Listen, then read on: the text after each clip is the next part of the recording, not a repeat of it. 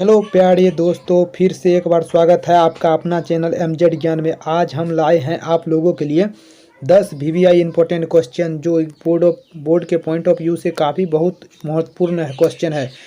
तो चलिए वीडियो को स्टार्ट करते हैं। वीडियो को स्टार्ट करने से पहले यदि आप हमारे चैनल में नए हैं तो चैनल को सब्सक्राइब कीजिए और वीडियो को लाइक और अपने दोस्तों के साथ शेयर कीजिए ताकि आपका बोर्ड परीक्षा में अच्छा मार्क्स आ सके। तो चलिए हम वीडियो को स्टार्ट करते हैं। हमारे पास जो पहला क्वेश्चन है वो ओम का नियम क्या है। तो बहुत बार एग्जाम में पूछा गया क्वेश्चन है जो ओम का नियम लिखे।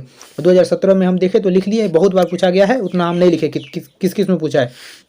तो चलिए, किसी नियत ताप पर नियत ताप मतलब कांस्टेंट टेम्परेचर जो नहीं बदलता है। किसी नियत ताप पर आरोपित विद्युत धारा, किसी नियत ताप पर किसी चालक में आरोपित विद्युत धारा उसके सिरों के बीच लगने वाले विभवांतर के क्या होता है, समानुपाती होता है। यहाँ बराबर नहीं होगा, समानुपाती होगा।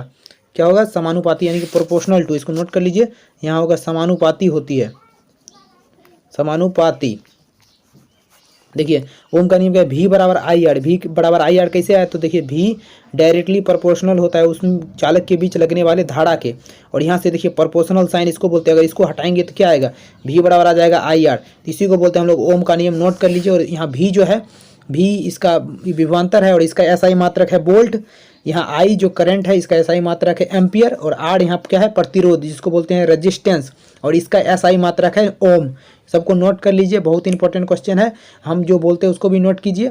चलिए अगला क्वेश्चन देखते हैं। अगला क्वेश्चन जो है, ए मीटर को श्रेणी क्रम तथा वोल्ट मीटर को समांतर क्रम में क्यों जोड़ते हैं। देखिए ए मीटर क्या है, किसी विद्युत परिपथ में धारा को मापता है। ए मीटर किसी विद्युत परिपथ में धारा को मापता है, इसलिए इसे समांतर क्रम में जोड़ते हैं ताकि जो टोटल धारा है इसी से होकर प्रभावित हो। इसका प्रतिरोध बहुत कम होने के कारण धारा का मान नहीं बदलता है। इसमें धारा का मान नहीं बदलता है, इसलिए ए मीटर को हम लोग क्या, श्रेणी क्रम में जोड़ते हैं। और वोल्ट मीटर क्या करता है, वोल्ट मीटर परिपथ में किन्हीं दो बिंदुओं के बीच विभवांतर मापता है, इसीलिए इसे हम लोग समांतर क्रम में जोड़ते हैं। इसका प्रतिरोध बहुत अधिक होता है। चलिए अगला क्वेश्चन देखते हैं, इसको नोट कर लीजिए, प्रीवियस ईयर को पूछा गया क्वेश्चन है। अगला क्वेश्चन है, एथेनॉल से एथेनोइक अम्ल में परिवर्तन को ऑक्सीकरण क्यों कहते हैं। एथेनॉल से जो एथेनोइक अम्ल में परिवर्तन होता है उसको ऑक्सीकरण इसलिए कहते हैं क्योंकि देखिए एथेनॉल को क्षारीय पोटासियम परमैंगनेट, पोटासियम परमैंगनेट का जो फॉर्मूला होता है वो होता है KMnO4। क्षारीय पोटासियम परमैंगनेट के विलयन या अम्लीय पोटासियम डाइक्रोमेट, पोटासियम डाइक्रोमेट का जो फॉर्मूला होता है K2Cr2O7 के साथ जब गर्म करते हैं तो एथेनोइक अम्ल बनता है। एथेनोइक अम्ल क्या बनता है, देखिए CH3। एथेनोइक जो अम्ल बनता है वो होता है CH3COOH।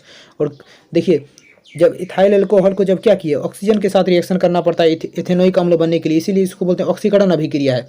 तो देखिए इथाइल अल्कोहल जो होता है वो होता है CH3CH2COOH। जब इसको हम ऑक्सीजन से रिएक्शन कराते हैं तब एथेनोइक अम्ल बनता है, और इसी को बोलते हैं हम लोग जो यह ऑक्सीकरण अभिक्रिया है। और यहाँ देखिए पोटासियम परमैंगनेट का फॉर्मूला यहाँ है और पोटासियम डाइक्रोमेट का फॉर्मूला यहाँ है, इसको नोट कर लीजिए। चलिए अगला क्वेश्चन देखते हैं हम लोग। अगला क्वेश्चन जो है, नाइट्रोजन तथा फॉस्फोरस का इलेक्ट्रॉनिक विन्यास लिखिए। तो नाइट्रोजन तथा फॉस्फोरस का देखिए, नाइट्रोजन का क्या होता है, नाइट्रोजन का परमाणु संख्या जो होता है 7 होता है, तो इसका इलेक्ट्रॉनिक विन्यास कितना आएगा, 2 और 5 है। देखिए 7 फुट गया। और बोलेगा फॉस्फोरस का इलेक्ट्रॉनिक विन्यास लिखने के लिए, जिसको इंग्लिश में बोलते हैं इलेक्ट्रॉनिक कॉन्फ़िगरेशन, तो फॉस्फोरस का होता है 15। और जब इसका इलेक्ट्रॉनिक विन्यास करेंगे तो कितना आएगा, 2 और 8 10 और 5 15। देखिए दोनों का लास्ट में 5 5 है, यानी कि यह वर्ग 5 के तत्व है, यानी कि वर्ग 15 के तत्व है। अगर लास्ट में जो आएगा उसी वर्ग का तत्व रहेगा। और बोलेगा इसकी संयोजकता कितनी है, तो देखिए जिसका लास्ट में 1 इलेक्ट्रॉनिक विन्यास करने पर लास्ट में 1 2 3 4 आएगा, इसकी संयोजकता यही होगा। लेकिन अगर 4 से ज़्यादा है तो उसको 8 में से घटा लीजिएगा। देखिए 5 आया तो 5, 4 से ज़्यादा है तो इसको 8 में से घटाएंगे तो कितना बचा, 3, तो इसकी संयोजकता हो जाएगा 3। इसका भी देखिए 5 4 से बड़ा आया तो इसको 8 में से घटाएंगे तो कितना बचेगा, 3, तो इसकी संयोजकता भी होगा 3। तो बोलेगा नाइट्रोजन और फॉस्फोरस की संयोजकता, तो बोलिएगा 3। और बोलता है क्या, इसमें कौन सबसे अधिक विद्युत ऋणात्मक तत्व है। तो कौन विद्युत ऋणात्मक तत्व होगा, तो आवर्त सारणी यानी कि पीरियोडिक टेबल में जब हम किसी ग्रुप में, ग्रुप मतलब ऐसे करके जो सीधी लाइन रहती है उसको बोलते हैं ग्रुप। किसी ग्रुप में ऊपर से नीचे आने पर विद्युत ऋणात्मकता घटती है, यानी कि ऊपर वाला ज़्यादा विद्युत ऋणात्मक होगा, उसके बाद उससे कम होगा दूसरा। तो देखिए कैसे होता है, यहाँ देखिए हम यहाँ नोट किए हैं, जो आवर्त सारणी में ऊपर से नीचे आने पर तत्वों की क्या होता है, विद्युत ऋणात्मकता घटती है। तो देखिए नाइट्रोजन जो होता है नाइट्रोजन क्या होता है, नाइट्रोजन यहाँ होता है, नाइट्रोजन यहाँ होता है और फॉस्फोरस यहाँ होता है।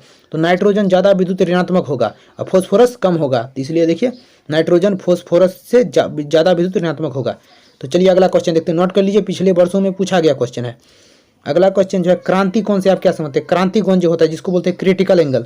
क्रांति कोण जब प्रकाश की किरणें सघन माध्यम से विरल माध्यम में जाती है, यानी कि प्रकाश की किरणें के सघन माध्यम से विरल माध्यम में जाना जरूरी है, तो आपतित किरण का यह मान, आपतित किरण मतलब जो प्रकाश आता है, आने वाले प्रकाश को आपतित किरण और जाने वाले प्रकाश को परावर्तित किरण कहते हैं। आपतित किरण का वह मान जिसके लिए परावर्तित कोण 90 डिग्री हो क्रांति कोण कहलाता है। उसके लिए जो परावर्तित कोण इसको कितना होना चाहिए, 90 डिग्री का होना चाहिए। देखिए यहाँ कोई दर्पण है, देखिए कोई परावर्तक सतह है, इसमें क्या ऊपर है सघन माध्यम, ऊपर है सघन नीचे विरल।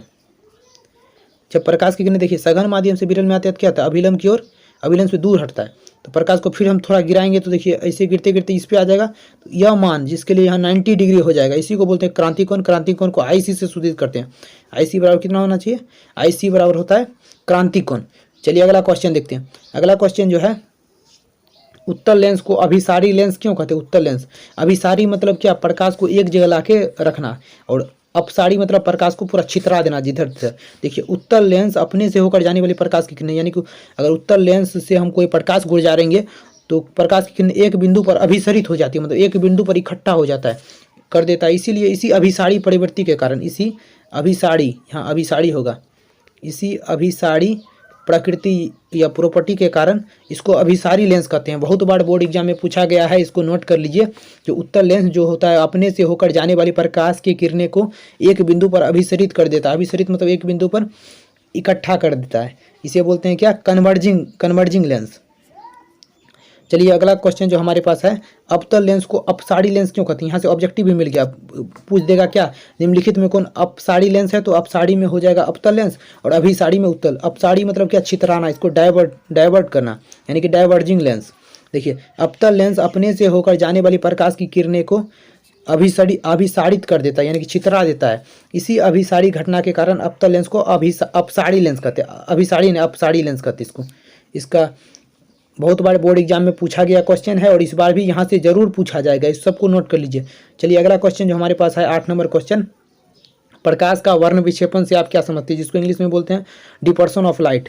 डिपर्सन ऑफ लाइट, जब श्वेत प्रकाश होता है वो और वो प्रिज्म से होकर गुजरता है तो अपने 7 रंगों में बट जाता है, इसे बोलते हैं वर्ण विक्षेपण। जब श्वेत प्रकाश किसी प्रिज्म से होकर गुजारेंगे श्वेत प्रकाश को, तो वह अपने 7 वर्णों में विभक्त हो जाता है, वर्ण हो, रंग हो या कलर हो, कुछ में विभक्त हो जाता है। इस घटना को बोलते हैं प्रकाश का वर्ण विक्षेपण। देखिए एक यहाँ प्रिज्म रहता है, त्रिभुज जैसा प्रिज्म रहता है, इसको पिरामिड बोलते हैं। प्रिज्म उसी आकार का होता है। जब इसमें हम प्रकाश को गुजारेंगे, देखिए प्रकाश जहाँ इसके सतह पर आपतित करेगा तो यहाँ एक अभिलंब बनता है। अभिलंब कितना डिग्री का बनता है, 90 डिग्री का। यहाँ देखिए एक अभिलंब बना 90 डिग्री का, और प्रकाश यहाँ से टकरा के और यहाँ देखिए 7 रंगों में विभक्त हो जाएगा, 7 रंगों, जिसका पहला जो होता है ऊपर वाला रेड होता है और नीचे वाला होता है वॉयलेट, यानी कि बैगनी। तो इसी को बोलते हैं वर्ण विक्षेपण। और बोलेगा प्रिज्म कितने सतह से घिरा होता है, तो इसका राइट आंसर हो जाएगा 5। प्रिज्म जो 5 सतह से घिरा हुआ रहता है, 5 सतह से। चलिए अगला क्वेश्चन देखते हैं, बहुत मोस्ट इंपॉर्टेंट क्वेश्चन सब है और यहाँ से 100% आएगा, क्योंकि पिछले वर्षों में बार बार रिपीटेड क्वेश्चन है। चलिए अगला क्वेश्चन जो है, अंतरिक्ष यात्री को आकाश नीले की अपेक्षा काला क्यों दिखाई देता है। तो इस क्वेश्चन से आपको 2 क्वेश्चन का आंसर मिल जाएगा।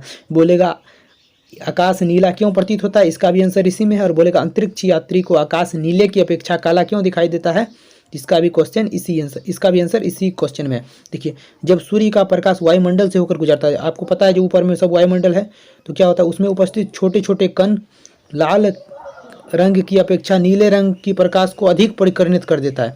यह नीला रंग हमारे आँख नेत्र में प्रवेश करता है, जिस कारण आकाश नीला प्रतीत होता है। पर अत्यधिक ऊंचाइयों में रहने वाले या उड़ने वाले अंतरिक्ष यात्री को आकाश नीले की अपेक्षा काला प्रतीत होता है, क्योंकि इतनी ऊंचाई पर प्रकाश का परिकिरण उपलब्ध नहीं होता है, यानी कि उतना ऊपर तक नीला रंग होता है वो परिकिरणित नहीं हो पाता है।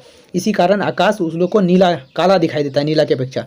चलिए अगला और अंतिम क्वेश्चन देखते हैं, उससे पहले आप एक नोटिस देख लीजिए। इसी तरह का वीडियो पाने के लिए हमारे चैनल को सब्सक्राइब कीजिए, ताकि हम आपके लिए रोजाना इसी तरह का वीडियो लाएंगे, वेरी इंपॉर्टेंट ऑब्जेक्टिव क्वेश्चन और सब्जेक्टिव क्वेश्चन का, जिससे आप बोर्ड परीक्षा में बहुत ही अच्छा मार्क्स गेन कर सकते हैं। अगला क्वेश्चन जो है, सूर्य उदय और सूर्य अस्त के समय सूर्य लाल क्यों प्रतीत होता है? रक्तताप यानी कि लाल क्यों प्रतीत होता है? तो सूर्य उदय और सूर्य अस्त के समय जो सूर्य को पृथ्वी से तक आने में बहुत अधिक दूरी तय करनी पड़ती है, यानी कि सूर्य की जो प्रकाश होती है उसको पृथ्वी तक आने में बहुत अधिक दूरी तय करनी पड़ती है। और प्रकाश पृथ्वी तक आने के क्रम में वायुमंडल में मौजूद छोटे छोटे जो धूल कण होते हैं उससे होकर गुजरना पड़ता है, जो मुख्य रूप से नीले रंग को परिकीर्णित कर देता है, यानी कि नीले रंग को हटा देता है। और जो बचा हुआ प्रकाश हमारे आँखों तक पहुँचता है उसमें मुख्य रूप से लाल रंग होता है। इसी कारण सूर्योदय और सूर्यास्त के समय सूर्य लाल दिखाई देता है। सूर्योदय और सूर्यास्त के समय सूर्य को का प्रकाश जो पृथ्वी तक आने में बहुत अधिक दूरी तय करना पड़ता है, और प्रकाश के रास्ते में क्या वायुमंडल के धूल कण आ जाते हैं जो नीले रंग को परिकीर्णित कर देते हैं, यानी नीले रंग को आने नहीं देता, उसको हटा देता है। और जो बच्चा हमारे पास आँखों में आता है वो लाल रंग होता है। इसी कारण सूर्योदय और सूर्यास्त के समय सूर्य लाल प्रतीत होता है। तो चलिए 10 इंपॉर्टेंट क्वेश्चन